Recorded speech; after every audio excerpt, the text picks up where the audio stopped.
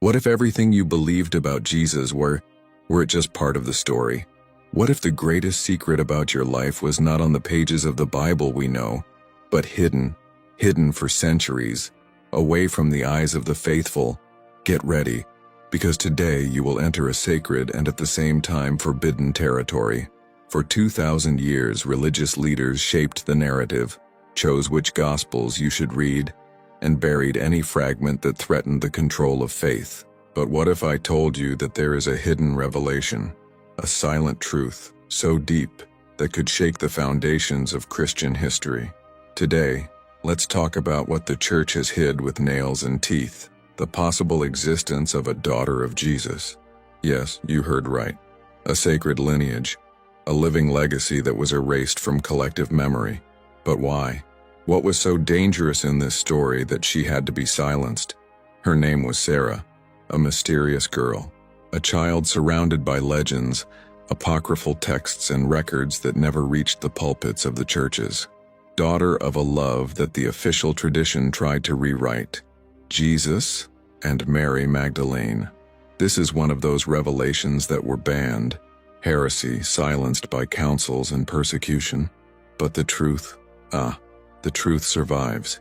She leaves tracks, in old scrolls, in oral traditions in southern France, in secret cults celebrated for centuries, hidden from the inquisitive eyes of institutionalized faith. Have you ever wondered why Mary Magdalene was portrayed for so long as a sinner? Why was her voice erased, even being present at crucial moments of Christ's life? Maybe because she carried more than words. Maybe she carried a legacy, a divine blood, a heiress, a daughter. And this possibility is not just a modern theory. It echoes in texts such as the Gospel of Mary, the Gospel of Philip, and even in the Gnostic traditions that speak of sacred knowledge reserved only to the initiates. But why hide it? Because a living lineage of Jesus would put everything that was taught in check, would challenge the power of the hierarchy. It would reveal that the divine was not interrupted with the cross, but it continued secretly through blood, flesh, and faith. We are not just talking about history, but a spiritual call that was suffocated, a teaching of God that should never have been silent. The question now is, why did no one tell you that before? Who has decided what should or should not be part of your faith? And what else was removed? What else was buried, hidden, erased? If you are ready to see beyond the veil, to find out what was forbidden to be revealed for centuries, so continue with me. Because Sarah's name still echoes in the darkness of the story, and what she represents can change everything you believe. So before we go deeper into this revelation, I invite you to do something powerful. Leave now in the comments a single sentence that can turn this moment into a collective act of faith. I open my heart to the hidden truth. Yes, write that. Because when thousands of voices come together in a sincere search for the truth, something happens in the spirit world. We are not just here to watch a video. We are here to rescue what was silenced, to bring to light what was hidden in the darkness of history. And if this message has already touched something inside you, if you feel that there is something more behind the official narrative they taught you, then click the like button now. This shows YouTube that this content needs to reach more people who are sleeping and need to wake up. Also subscribe to the channel. Here we are not afraid of the difficult questions. Here we seek with courage, with reverence, with discernment. Activate Tininho, because what we will reveal in this video and in the next few episodes, it will not be found in traditional cults, nor in schools of institutional theology, but in the heart of those who want to learn directly from the Spirit of God and break free from the control layers that were imposed on true faith. And at the end of this video, let's pray together, because every revelation that comes from above needs to be welcomed with humility, discernment, and with the presence of the Spirit. Now, take a deep breath and come with me, because Sarah's story begins long before her name is whispered in the alleys of the French villages. It begins in the silence between the lines of Scripture, in the forbidden space between what was revealed and what was erased. And that's exactly what we're going to unravel. Now, Sarah's story does not start in the official books of faith, nor is it recorded in the sermons we hear every Sunday, or in the traditional courses of theology. She lives on the banks, in the apocryphal texts, between the lines of the Gnostic Gospels, in the ancient traditions that the Church has labeled with the heresy, and it is precisely there, in the territory of hidden revelations, that we begin to understand who she went. To understand Sarah, you must first review the role of Mary Magdalene. For centuries, she was deliberately reduced to the image of a repentant sinner, a woman saved by Jesus, yes, but never placed in the center of history. But what if this version was just a smoke curtain? What if Magdalene played a much deeper and more intimate role in Christ's mission? Several ancient manuscripts indicate yes. In the so-called Gnostic Gospels, especially the Gospel of Mary and Philip, Mary Magdalene is not portrayed as a common follower. It is seen as someone who understood the deepest mysteries. Jesus called her companion, or in the original term, koinonos, a Greek word that suggests a much more significant union than friendship. In some excerpts, the disciples show jealousy of the degree of spiritual and possibly emotional intimacy between her and the Master. These texts have come to us fragmented, censored for centuries, and were considered too dangerous to be part of the biblical canon. But what is so dangerous in a woman who deeply understood the teaching of Jesus? The answer may be in Sarah, the girl who, according to old traditions, was generated from this union. If this child existed, his presence would challenge the entire patriarchal structure of institutionalized faith. It would mean that the Son of God had a lineage, that the divine generated continuity, that the blood of the Messiah did not end on the cross but ran through the veins of a daughter, a heiress of the sacred mystery. And this is where the narrative changes its course.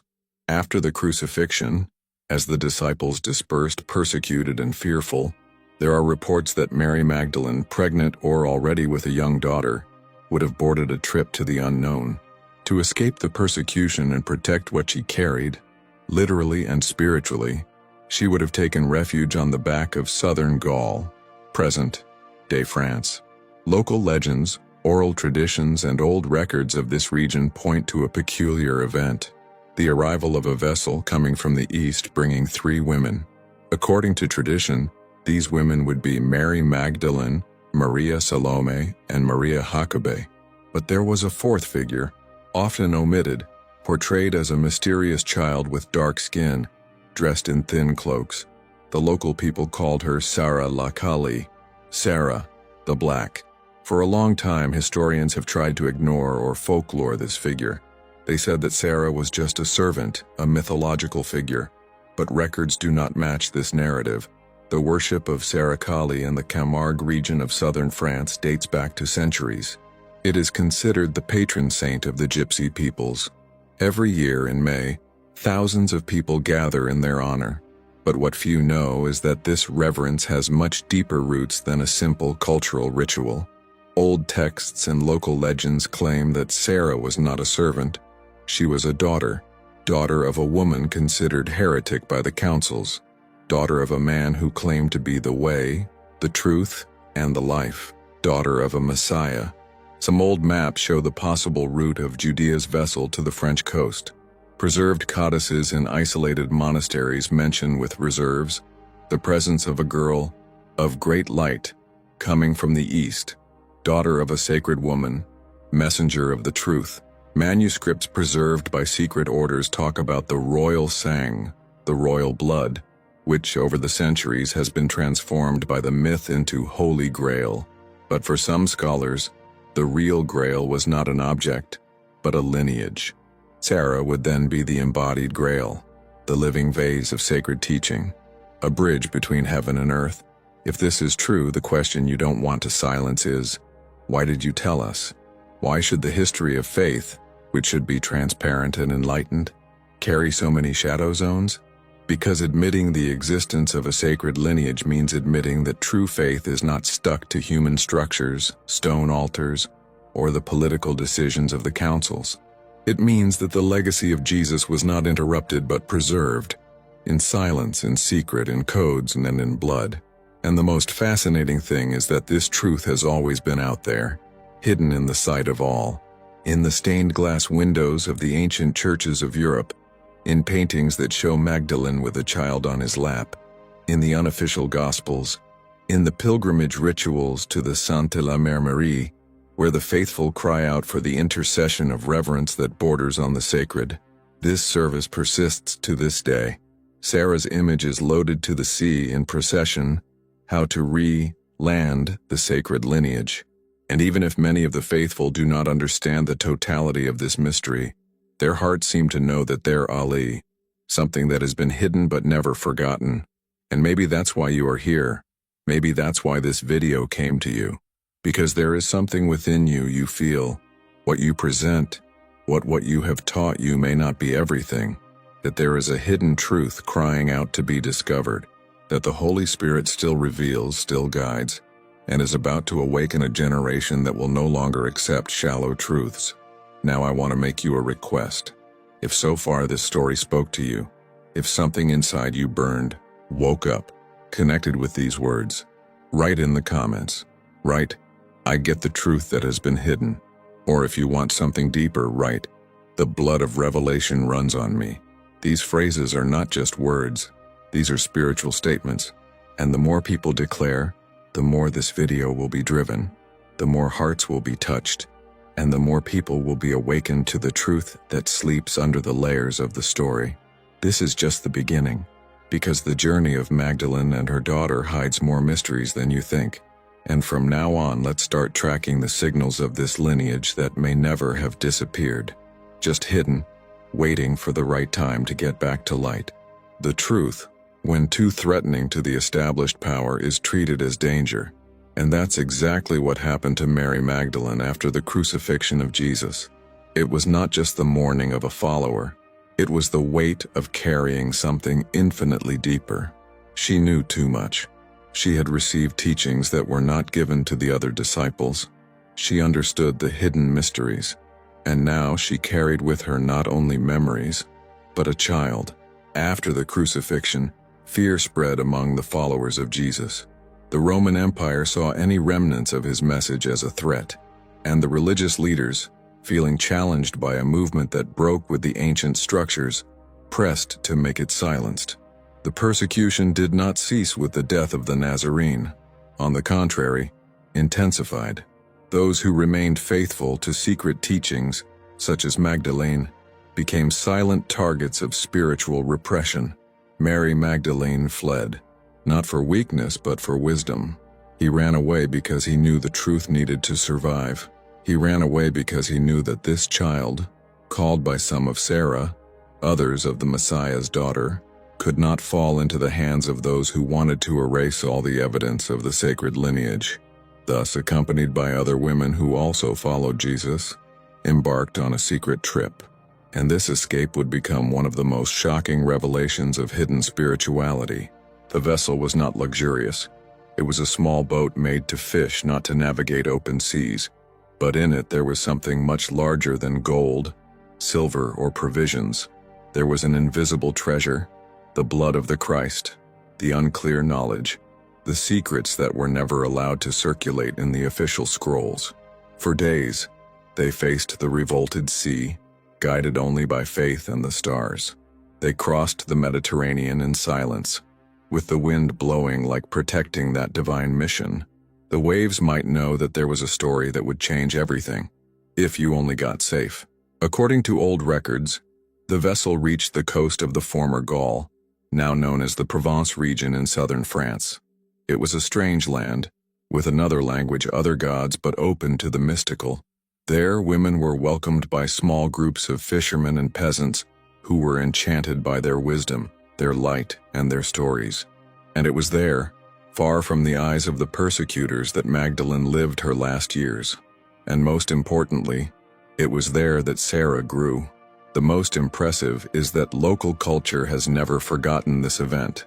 Even centuries later, when official Christianity dominated Europe, they still persisted among the peasants of Provence stories of a holy woman of the East who came through the seas, bringing a secret from heaven. These legends have resisted the time, the Inquisition and the censorship, and they focus on a small coastal town called Sainte-Marie-de-la-Mer. There, every year, one of the most mysterious and impactful pilgrimages of European spirituality happens. Gypsies from all over Europe gather to honor Sarah Cayley, the Black Saint, the young woman who, according to them, arrived with the three Marys from the Holy Land. Its image is dressed in colorful cloaks and is carried to the sea in procession. For many it is just a folk ritual, but for those who study the secrets of faith and forbidden gospels, this act is more than a custom. It is a silent celebration of the daughter of Jesus.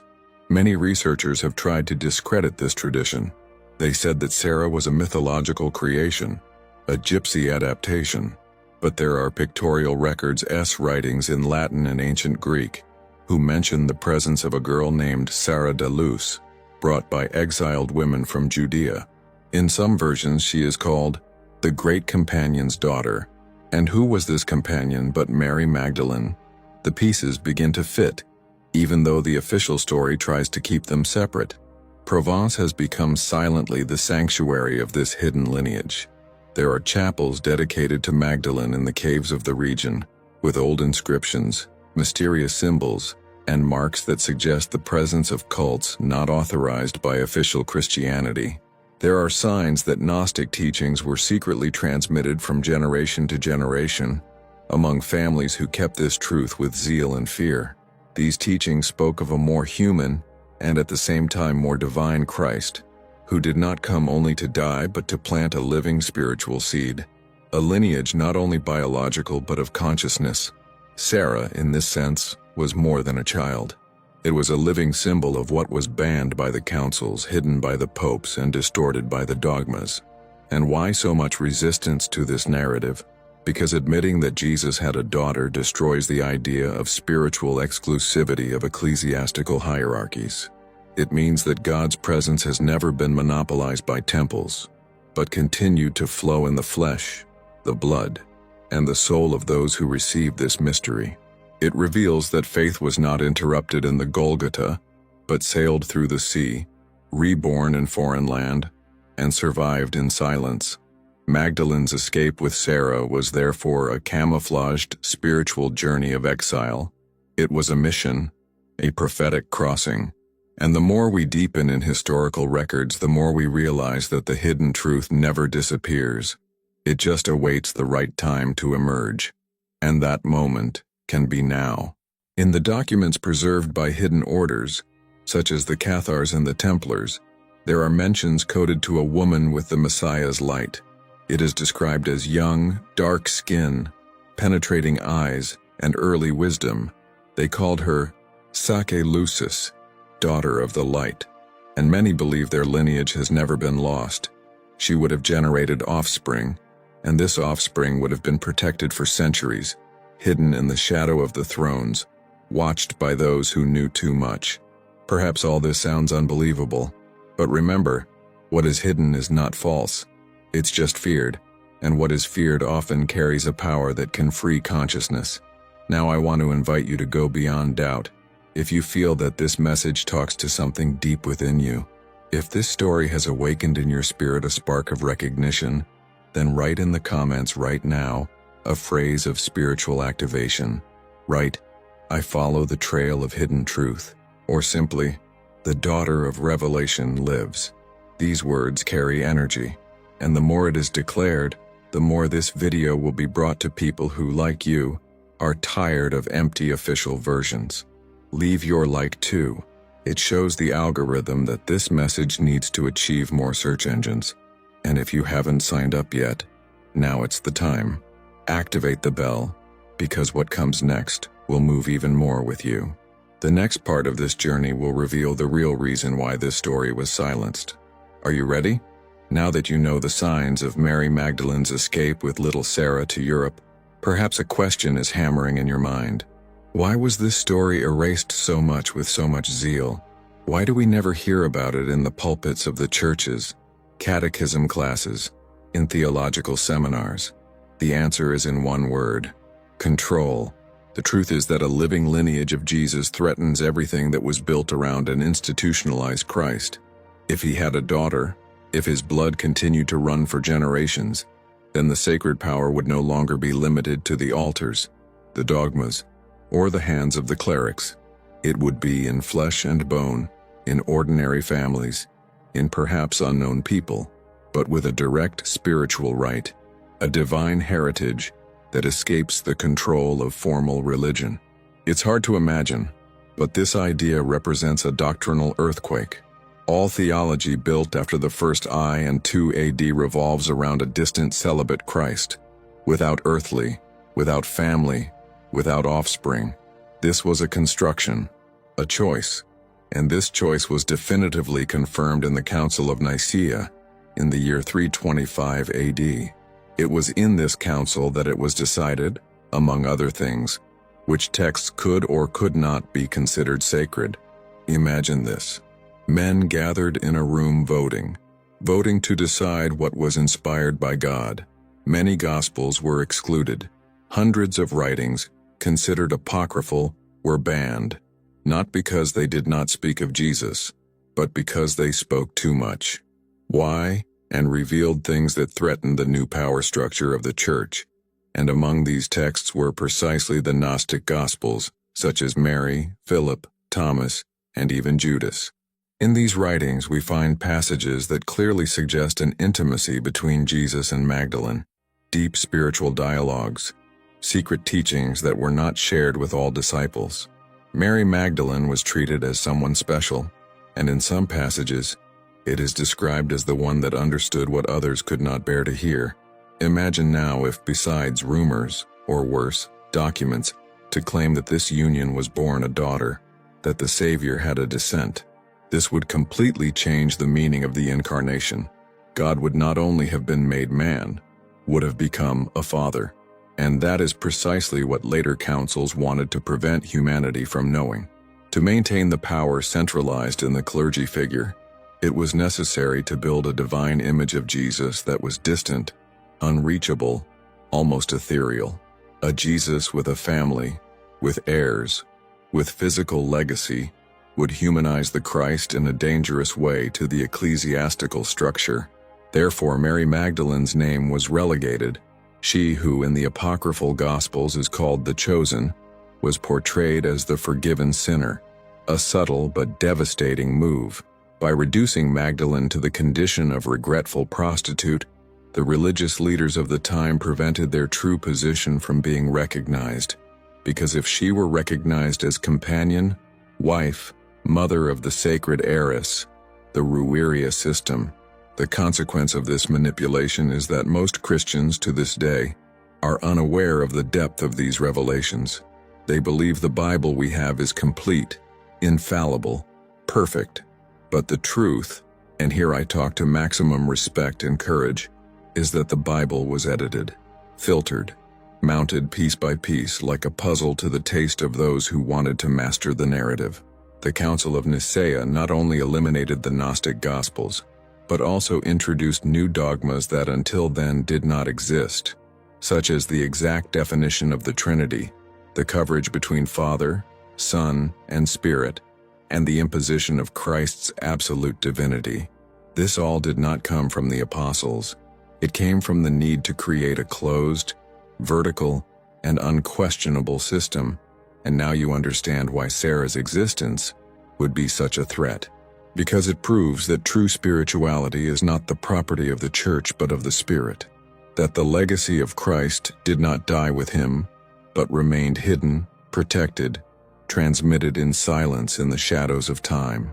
For centuries, small groups preserved this secret. Hidden orders, mystical families, esoteric branches of primitive Christianity, such as the Cathars, the Albigenses, and later to the Templars, sustained the idea that the blood of the Messiah still ran on earth. They called this sangreal, the royal blood, which over time was confused with the legend of the Holy Grail. But the Grail, contrary to what popular cinema and culture made us believe, was not a cup. It was a womb, the womb of Magdalene, the sacred container that carried the divine heiress. Sarah was not just the daughter of a prophet, she was the incarnation of what was forbidden, living proof that true faith is never limited to the walls of religion. This secret was hidden because its impact would be irreversible.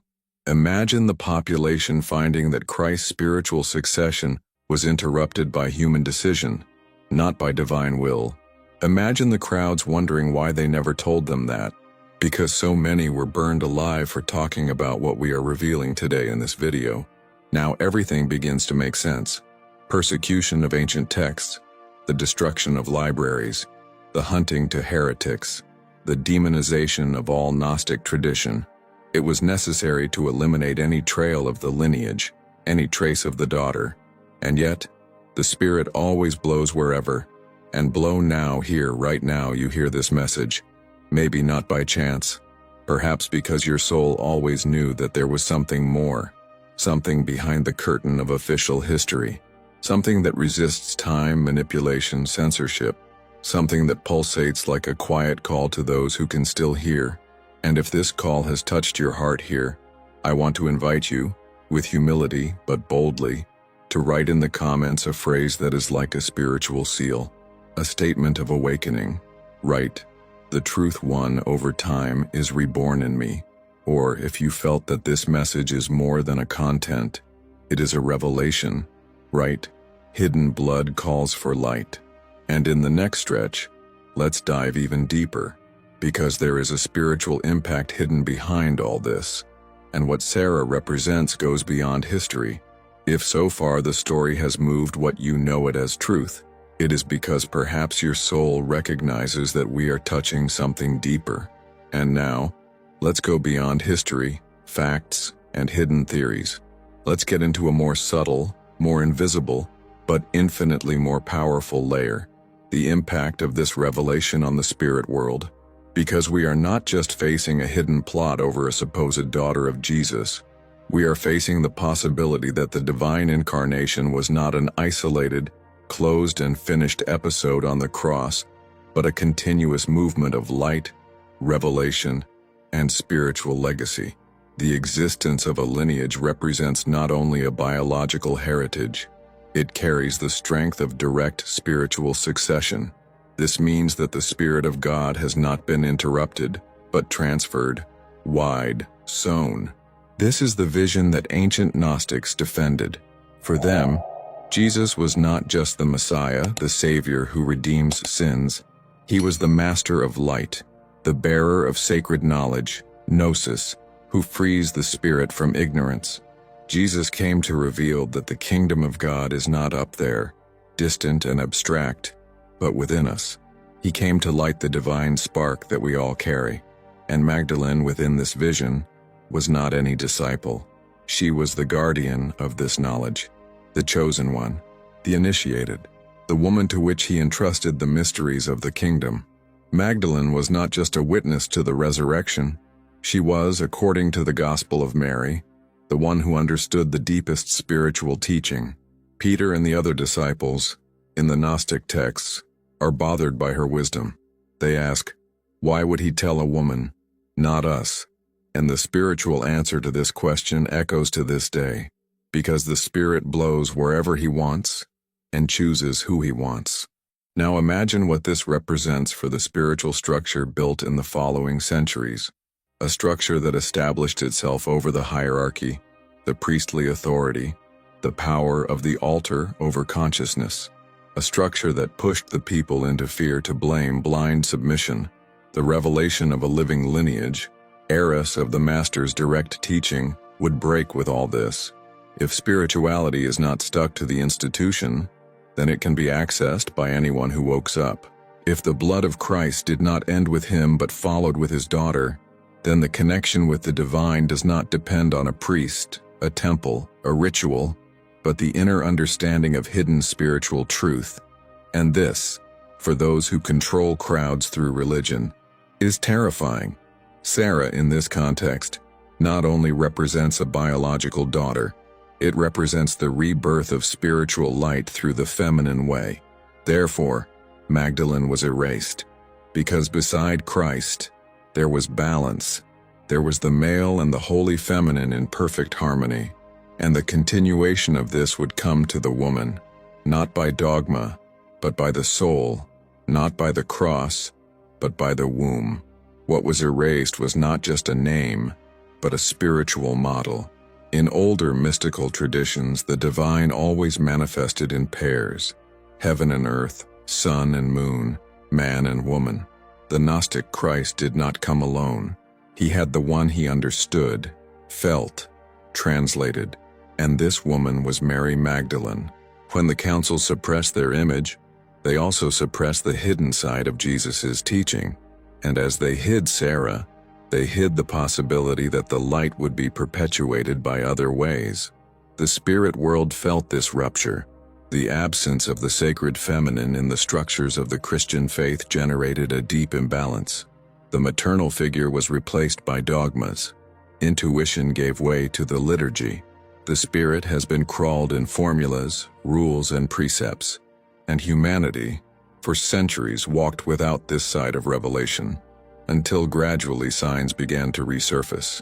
Visions, archaeological findings, rediscovered gospels. A silent call began to echo. There is more than it was said. There is something that hid from you, and maybe it's this call that brought you here, because at deep levels of the soul, many are already starting to remember, not by study, not by reading, but for recognition. There is something about you, you know. I always knew that Christ did not come just to die, but to plant a lineage of light, a family of conscience awakened. And if this lineage was silenced in the physical, it was never extinct in the spiritual. The descendants of the truth continue to exist, not just as people, but as flames lit within hearts that no longer accept a God domesticated by religion. Maybe you are one of them.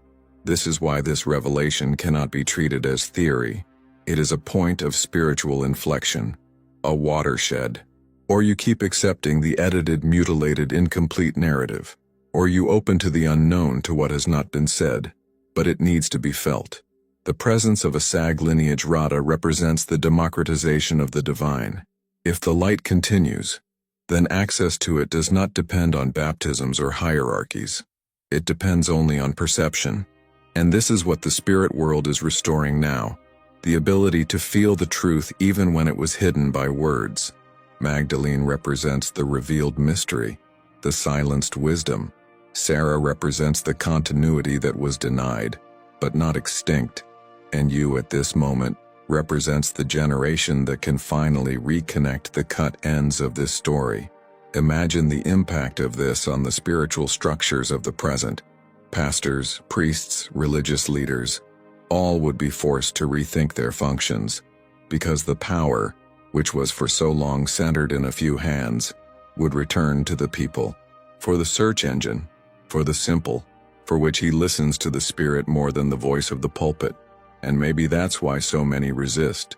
Maybe that's why to this day Sarah's name is ignored, hidden, minimized. Because if you believe the Spirit lives in you, you no longer need mediators. You become a temple. You become continuation. If this makes sense to you, if your soul has vibrated with each word so far, I want you to declare it in the comments now.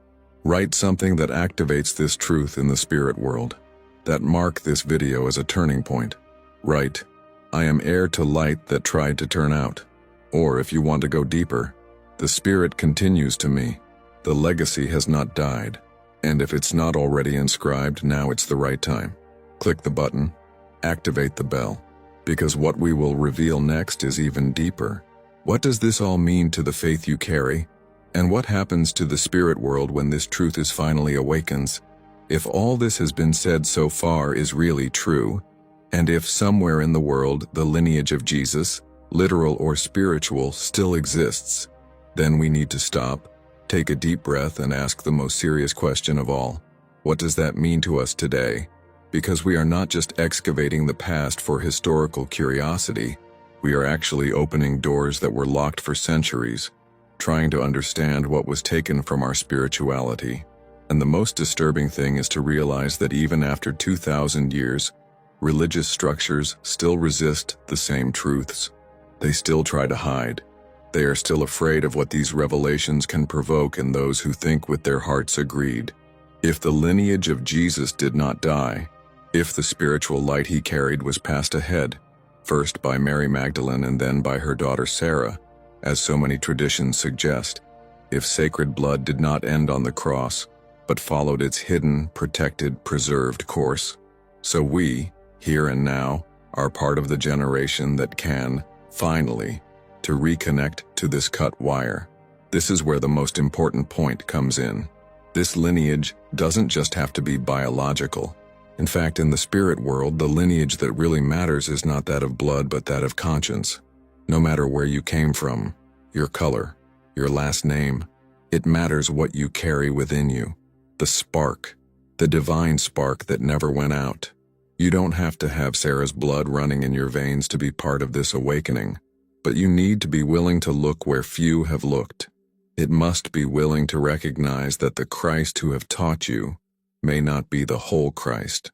That true spirituality requires courage, because she does not ask for blind worship but deep understanding.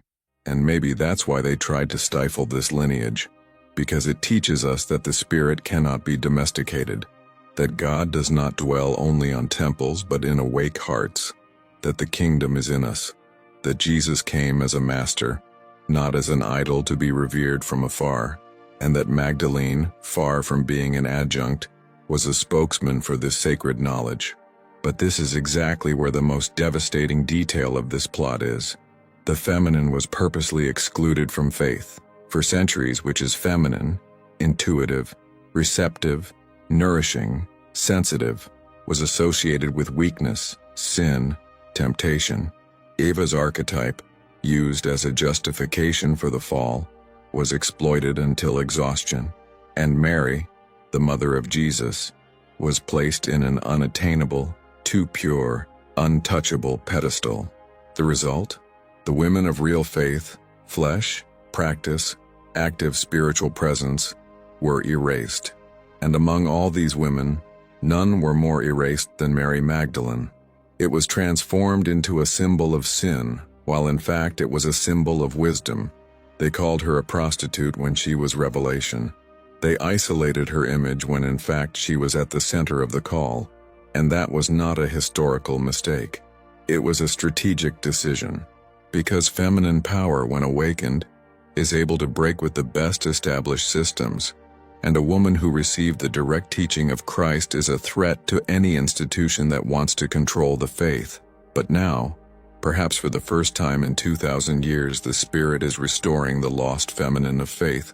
The name of Magdalene is resurfaced, no more as a sinner, but as a master, no more as rejected, but as started.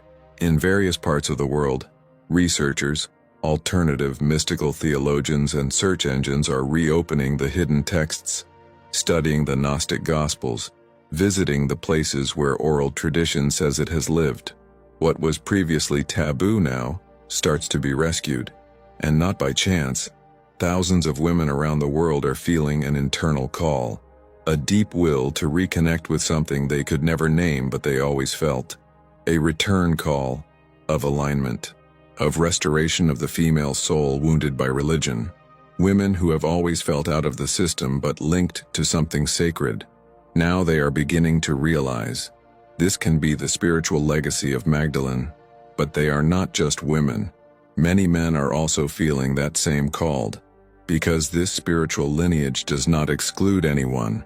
She just invites to an awakening, for a reconnection with the living truth, with the faith that liberates, with the spirituality that unites and does not control, with the divine that pulsates within us and does not judge us from above. Maybe, so you are here, not to know a theory, but to remember something, that time tried to erase you.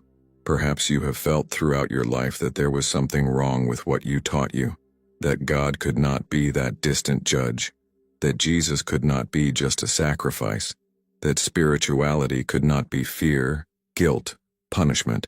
You may have sought answers and found silence, but now perhaps you are hearing the echo of a voice that comes from far away, maybe from Galilee, or Provence, maybe Sarah's soul, or the heart of Magdalene. And now you understand. What has been hidden from history, the Spirit is revealing to conscience. And no matter how many councils exist, how many cathedrals are built, how many dogmas are imposed, because the true temple is within you. This is the new spiritual age that is being born. It will not be led by popes, pastors, or bishops, but by awake hearts, by voices previously silenced, for seekers who are not content with ready answers, for those who look at heaven, but also inside. The lineage of Jesus, whether or not lived in the blood, is alive in the soul of those who dare to say, "I want the truth," and the sacred feminine, once erased, is shining again, not as opposed to the masculine, but as a divine complement, as the forgotten side of revelation. If all this has touched your heart, if this message aroused something to you, then let it record it. Write in the comments now a phrase of spiritual activation, a statement that says to the world, and the spirit world, that you are waking up. Write, "The legacy lives in me." Or if you want to go even deeper, "I am part of the forgotten spiritual lineage." What Sarah's lineage would teach us today, and what is about to happen when this truth is fully revealed, it can shake everything we know as faith.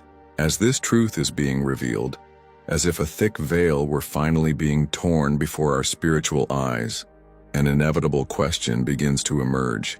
If this lineage existed, if it was hidden, and if she survived secret, so what is the next step?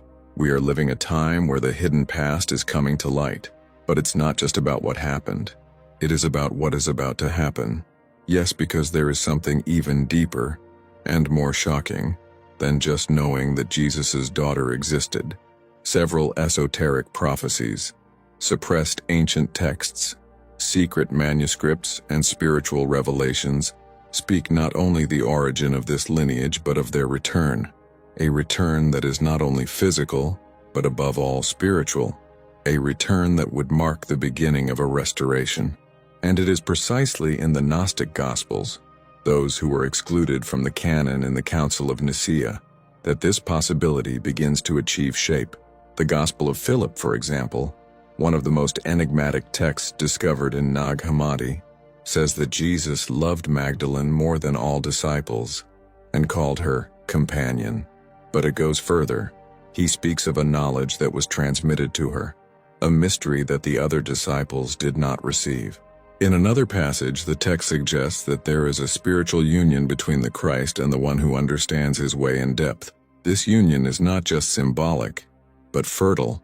And here, many scholars suggest that the word companion in the original Greek koinonos indicates a spiritual and carnal partnership, a sacred union, a generation born of light and to light.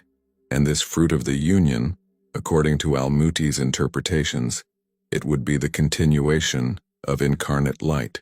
In the Gospel of Mary, the figure of Magdalene appears as the one who sees Jesus after the resurrection, while the other disciples do not understand the depth of the message. She reveals teachings that he conveyed only to her. Peter, uncomfortable, asks, "He said that with you and not with us?" And Levi replies, "If the Savior made her worthy, who is you to reject her?" This text not only legitimizes the spiritual role of Mary Magdalene, but implies that the true revelation was linked to the spiritual lineage she carried. But why was all this hidden? Because according to the Gnostic texts themselves, this spiritual lineage represents the return of lost balance. And many believe that this return is not something of the past, but of our future, or rather, our gift. The esoteric prophecies linked to the final times speak of a restoration of what was divided, a return of sacred feminine consciousness, the wisdom that was exiled, the spirit that was erased by the dogmas. And many of these prophecies speak of a woman who will return to the center, a lineage that will be reborn from the hidden earth, from a people who will carry the torch of revelation. In Rosicrucian, alchemical and Templar manuscripts, there is talk about the time of total revelation, when the Holy Grail will cease to be a mystery and become a movement. And for those who understand the true meaning of the Grail, the sacred blood, the divine uterus, the continuity of light, it is clear that this prophecy is not about a lost object, but about a spiritual presence that will return to the world. In gypsy and place traditions of Provence, where the figure of Sarah Cayley has been revered for centuries, there are also oral records that, at the end of time, the lineage will return with power and light, and the daughter who was forgotten will be recognized. Some gypsy elders speak of a prophecy that says, "When the waters touch the feet of the Black Holy One once again with fire, it will stand no longer as a memory, but as a call." Imagine what that means. The daughter of light, the forgotten seed, becoming the final call. The spiritual lineage being activated in the hearts that were chosen before it was born. This is happening now, and not necessarily in the physical, genealogical sense. It is happening in consciousness. Have you noticed how there is a growing restlessness? How are millions of people around the world moving away from cold, dogmatic, oppressive religions and seeking a deeper, direct, true, divine connection? Have you noticed how the name of Mary Magdalene, once silenced, now echoes in books, movies, studies, and even contemporary spiritual movements? This is not fashionable. This is prophecy fulfilling itself. We are living the time of the return of Christ's spiritual lineage. And what does that mean? That the children of Revelation are awakening, that the awareness of the union between heaven and earth, the masculine and the feminine, wisdom and power, is being restored, that Sarah Cayley, as a spiritual symbol, is alive, not in flesh, but in us. Each time you recognize what was denied, each time you honor the Spirit instead of tradition, each time you seek revelation and not repetition, you are part of the return. You are reconnecting with the forgotten lineage. You are saying, "I'm part of the restoration." This idea, that the return of the daughter represents the beginning of a new spiritual age, is one of the best-kept secrets of faith, because it takes away the power of institutions and returns it to the awakened souls. And that's why so many voices still try to drown out this awakening, because they know, once the Spirit is activated, it does not go back to sleep. And now you understand. The return of the lineage will not be announced on television, will not be recognized by ecclesiastical thrones. He will be silent, deep, personal. He will come like a whisper, a dream, a shiver. It will come in the form of videos like this, messages like this, meetings like this. And when you feel it inside you, you will know that time has come. You will know that you are not alone. You will know that the lineage has never died. She just waited for the right moment to come back. And that moment, maybe it's now. If this message did something inside you, wake up. If you felt it is no longer just information, but revelation, then declare it in the comments right now. Give voice to what the Spirit is screaming inside you. Write, "I'm part of the return of light." Or if you felt it was called, that this word found you inside, write, "The lineage woke up to me. The daughter returned." But what if she had never gone?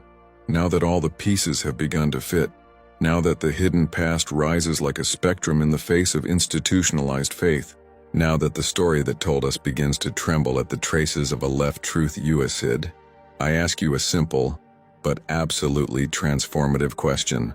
What if it's true? What if all that you have heard so far is not just a theory or a mystical interpretation? What if Jesus really had a daughter?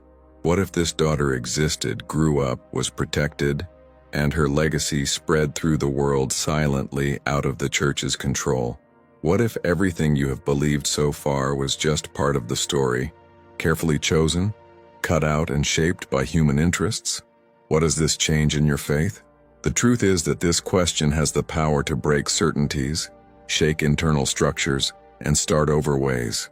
For when we face this possibility, that of a Christ with blood, flesh, legacy, and offspring, we are led to look at him not as a distant idol, but as a royal man, the master of light, inhabitant of time, involved with life.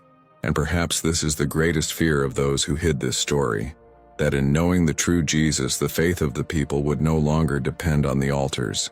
The question remains in the air. Has the church defended the truth, or did it defend power? For centuries, the answer was drowned out, but now she needs to be faced, because the documents are being discovered. Forgotten traditions are being revisited. The Spirit is blowing in thirsty hearts. And everything points to the same place. The truth did not die. She was silenced.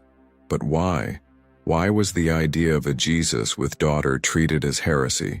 Why has the name of Magdalene been twisted over the centuries? Why were Gnostic gospels buried literally in the desert of Egypt, protected in jars so as not to be destroyed? Because the existence of a spiritual and literal lineage would change everything. If Jesus had a daughter, then the divine did not withdraw from the world after the cross. He continued.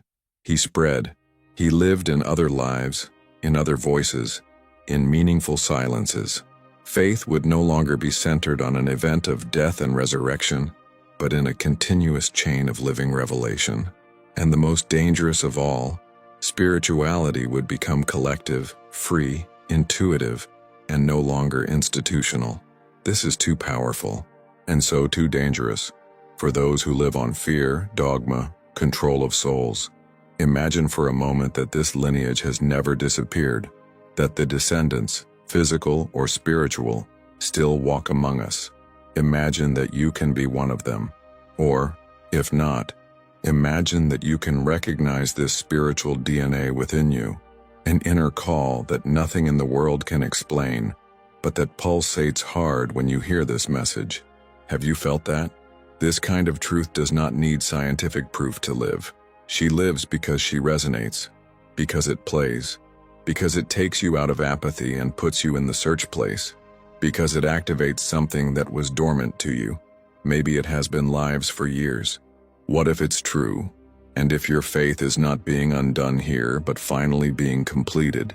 What if you find that Jesus had a daughter? You are not losing the sacred, but rescuing him from where he was hidden. What if the faith they taught you was shaped to fit in the hands of the few, while the true Christ called you out of the walls, to freedom, to revelation? Because there is something very subtle and very deep behind all this. The way we were taught to love the truth without knowing it. We were conditioned to defend a system, a tradition, a model, and we forget to question, does this model actually represent God's heart, or does it represent the hearts of men? This reflection puts us in an uncomfortable place, because it takes us out of the comfort of repetition and throws us into the intensity of revelation. And not everyone is ready for it, but you are. Because it has come here reading or listening to each word, feeling every vibration of this message. It is because your soul can no longer take empty rituals. She wants essence. She wants presence. She wants light. What if it is true that the church, instead of protecting revelation, hid the most divine? What if Magdalene was the bearer of the greatest mystery, and was silenced for being a woman, for being too close to Christ, for carrying what could not be revealed? What if the daughter of Jesus, the one who was a secret, protected, revered by integer peoples, transformed into myth so that it was not destroyed, never ceased to act spiritually in the world? Think about it.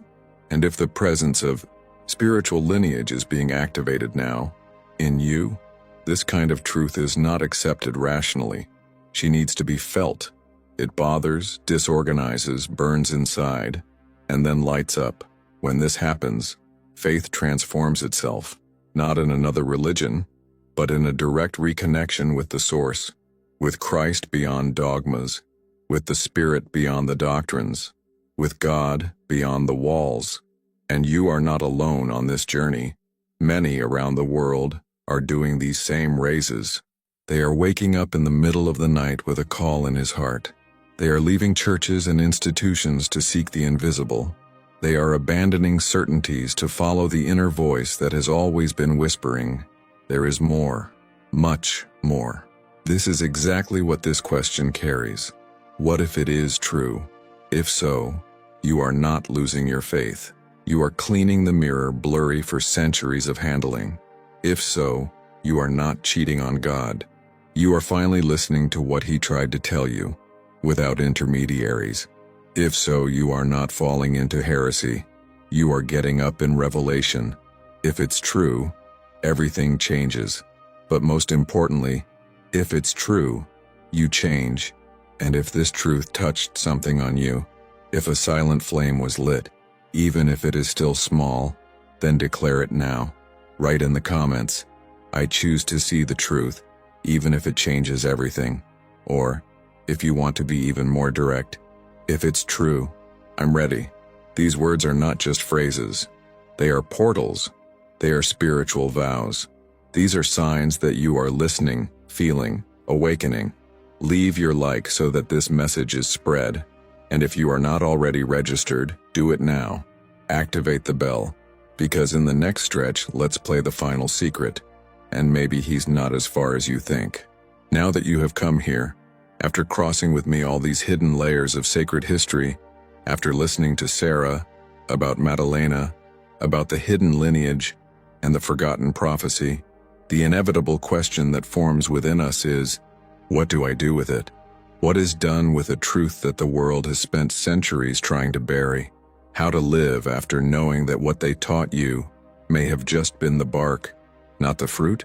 Because from here, you cannot simply go back to the same state as before. Something inside you has already changed. You can't unravel what was seen. You can't turn off the light after it lit. The truth, when it is revealed, requires movement. She calls. She summons. She wakes up. And that's why I tell you now, do something about it. Not only keep this information as if it were another exotic curiosity about the life of Jesus. This is not a historical fact. It is a spiritual call. And like all called, it requires response. Start questioning. Yes, question everything that have taught you to this day. Not blind rebellion, but with awakening conscience. Ask what was said in the pulpits, what was excluded from the scriptures, which was labeled as heresy. Ask yourself, why were these texts hidden? Why have you never heard of Mary's gospel? Why were Thomas's teachings, who speak of the kingdom as something inner, were suppressed? And if you feel that this search seed has already been planted inside you, start digging deeper. Go after. Search. Read the texts that were rejected.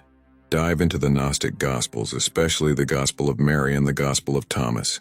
They do not have the dogmatic shape of Pauline letters or the narratives of the canonical Gospels. They are like spiritual puzzles, keys to those ready to decipher. In the Gospel of Thomas, for example, Jesus says, "If those who guide you say to you, 'See, the kingdom is in heaven,' then the birds of heaven will precede. If they say, 'It is in the sea,' then the fish will precede you. But the kingdom is within you, and also outside of you." Do you realize what this means? We no longer need to look for the divine out. He is here, now, within. In the Gospel of Mary, we see a Jesus who trusts Magdalene the deepest teachings, and she transmits them with courage even when others doubt. She is a symbol of feminine revelation, spiritual courage, lineage that does not die, even when it is silenced. And the more you read, the more you realize, the truth has never been lost. She was just hidden, expecting wagon to be ready to receive her. Are you ready? Are you willing to live with your eyes open? Are you willing to allow your faith to pass through a rebirth, a restoration, a purification that perhaps causes discomfort but will bring freedom? Because the truth frees it. But first, she confronts. And now, more than ever, the world needs people who do something with the truth, that they share, that spread the light, who free other souls from the arrest of fear and lies. Maybe there is someone close to you, a friend, a family member, someone in your community, who is suffering in a religion that no longer makes sense. Someone who feels something is missing but does not know what it is. You can be the link, the bridge, the messenger. So share this video with those who haven't woken up yet, with those who need to hear, even if it resists, with whom it deserves to be touched by the revelation that has plagued you, because no one wakes up alone. And the truth, this truth, is in a hurry.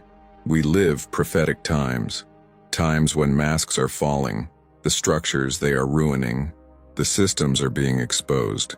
And in all this, an old light is shining again, the light of the lineage, the light of the true Christ, the light of the restored feminine, the light of wisdom that heals. And she needs voice, maybe your voice, You don't need title, you don't need pulpit, you don't need institutional approval. You just need spiritual courage to say, I see, I know, I won't be silent anymore. Because when someone takes this truth, something happens in the invisible world. Portals open, currents break, souls begin to awaken, and that's why I insist. Do something about it. Question, search, share, read, or discern. But above all, choose. Choose to live a living faith. Choose honoring Christ beyond religion. Choose to see Mary Magdalene as the forgotten master. Choose to recognize the possibility that Sarah is not just a mysterious character, but a symbol of the legacy that calls you. Choose search, always, and choose never to return to the darkness of comfortable ignorance. And if you have come here with me, if something inside you are burning like never before, then I invite you now to leave a trail in the spirit world. Yes? Write in the comments. Let the algorithm of heaven know that you heard the call. Declare with conviction, I will act with the truth I received. Or feel in your spirit, this revelation won't die on me. Activate the bell to be notified when the next part is aired. Because what is still needed to be revealed? It may be the last piece you have always sought. But this story we're unraveling together doesn't end here. What has been shown so far, the possible sacred lineage, the forced silence about Sarah, the prophecies about the return and the spiritual awakening, is still just the beginning of something bigger, much bigger. Because there is a figure in this plot that remains surrounded by layers and layers of mystery. A woman who, although quoted in the Gospels, had her voice torn through the official history. A woman who, contrary to what the institutional religion wanted to make us believe, was not a mere supporting, but the guardian of deep secrets. Mary Magdalene. Yes, Magdalene, the one who was with Jesus when all the others fled. The one who was the first to see him after the resurrection. The one who, according to the Gnostic Gospels, received directly from the lips of Christ words that the other disciples were not ready to hear. But what exactly was entrusted to her? What did Magdalene taught after the death of Jesus? And why were your teachings treated as a threat and not as truth? These questions lead us to the underground of sacred history, because Magdalene did not disappear after the crucifixion. On the contrary, there are apocryphal reports, traditions, and manuscripts that indicate that it continued its mission. That traveled, that taught secret, which brought together disciples, that founded communities, who transmitted a knowledge that could not be public because it contradicted the power of the nascent hierarchy. Imagine the scene. A woman who carries within her the direct teachings of Christ, a woman who witnessed the Master's most intimate words, which understood the mysteries not only with the mind but with the heart, who had received revelation not only as a message but as a mission. Now imagine this woman being forced to exile, running away from persecution, hiding the scrolls she was handed over to her, writing in codes, teaching in caves, protecting her community with silence and courage. Because yes, the followers of Magdalene were hunted. Accused of heresy, persecuted for centuries, they disappeared from collective memory, but not from spiritual history. They left signs, fragments, echoes.